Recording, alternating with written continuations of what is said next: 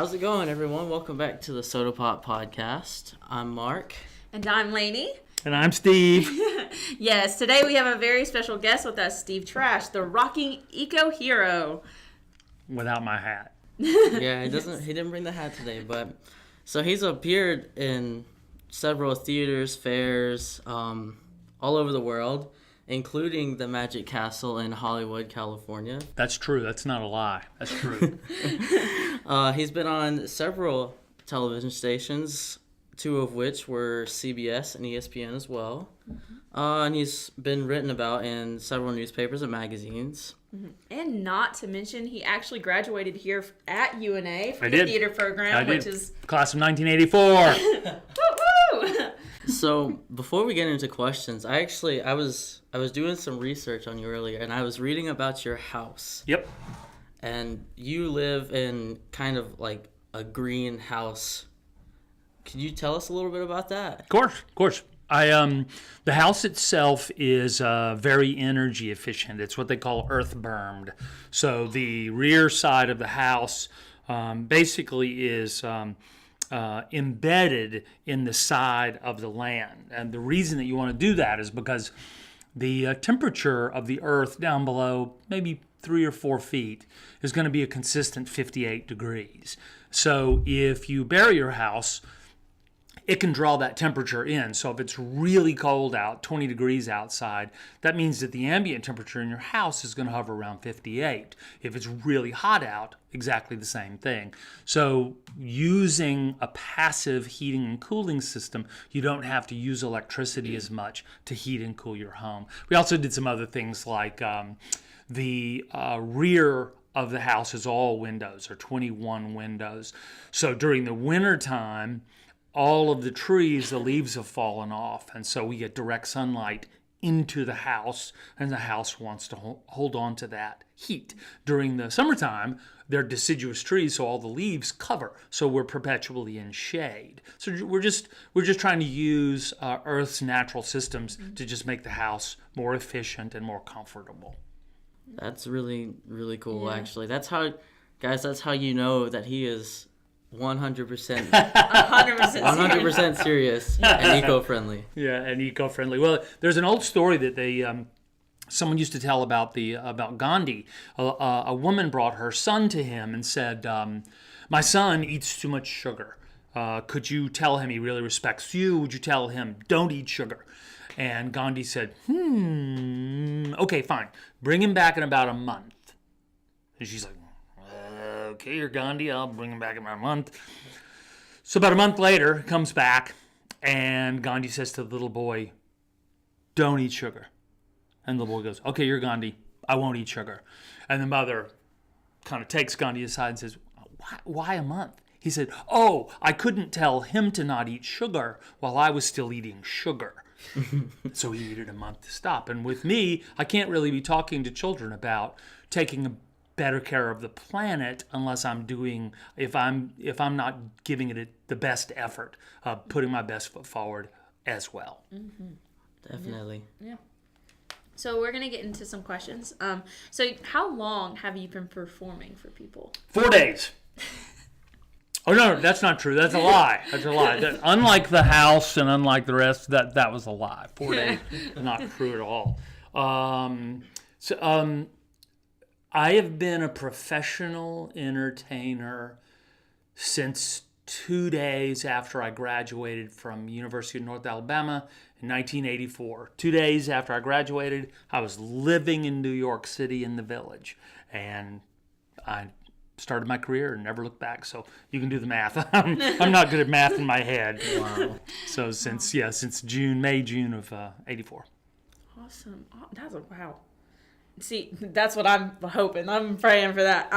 So you're not originally from Florence, right? I grew up in Texas, and my dad was a forester and my mother was a teacher, and so he was the district forester for Northwest Alabama. So we moved here when I was 13.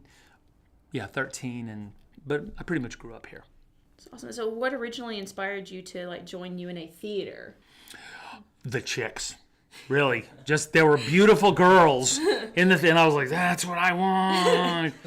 The theater, I loved, even from the time I was a little kid, I really loved being on stage, and I loved making people laugh, and I loved there's something interesting about the theater, too, is that it's a very, very, it's very much a meritocracy, right? In the theater world, it really doesn't matter a lot what your color is, what your background is. If you're willing to do the work and you have the talent, there's a lot of openness to who you are and what you do in the theater world, and I was very much drawn to that. And I'm a show-off. I like using the talents that I have, and theater helps sort of, I'd say, improve those. And it gives you like that confidence to just, and that freedom to just kind of do whatever you. Yeah, for sure. Yeah. Well, you need stage time if you're going to be good on the stage or on the television or in film.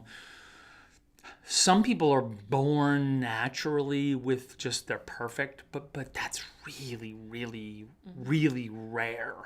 Like a Lucas Black, who's an Alabamian, right? He was just born with it, right? I don't think he even does anything. He goes and he's in the moment and all that stuff. The rest of us, we have to actually work at it.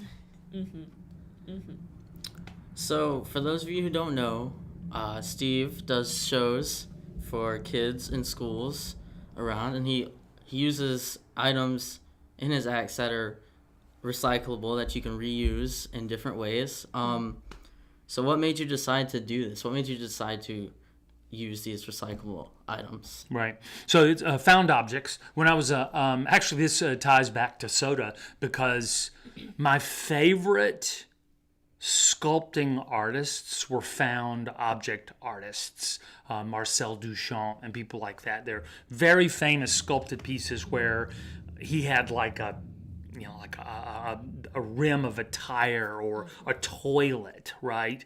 And he made that a sculpted piece and people were aghast. But I love the idea of taking one thing, moving it out of context, and making it something new. And to me, that was a really interesting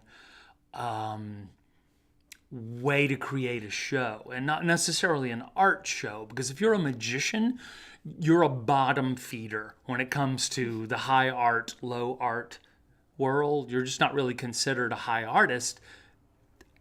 I would push back on that, but that's generally the way the art world looks at you. So I started doing tricks with things that people had discarded. Like I said, I moved to New York City. I spent about a month just walking around the city and seeing. In the middle 80s, it was a very dirty, really dirty place.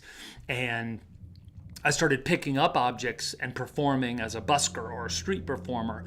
And if I could perform the magic tricks with found objects, it seemed to have a greater impact. And over time, that turned into an actual theme where I was like, yeah, hey, look, that's a piece of garbage. I could do a trick with that. Isn't that amazing? Because I changed its utility into something completely new. It's really cool. I like that. I remember when I was a kid, you came to my school, and I was just always fascinated by how you could take an ordinary object and just do, what you did with it. I thought it was really cool. Well, that's everything about my show. Because if you think about what does a magician do, a magician gives you an alternate reality, right? Because they're lying. That's our job. We are totally lying to you that you cannot defy the laws of nature. You can't do it. So what we're doing is we're pretending to do that, but in reality what we're doing is we're giving you a different perspective. Got some magic words that'll do the trick. Vanish garbage really quick. Reduce, reuse, and recycle. Nature's waste is always food. She's real good at closing the loop. Reduce, reuse, and recycle. Big piles of trash.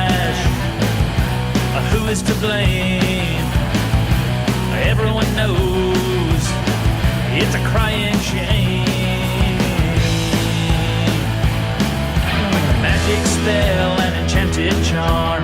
It's a way to do less harm.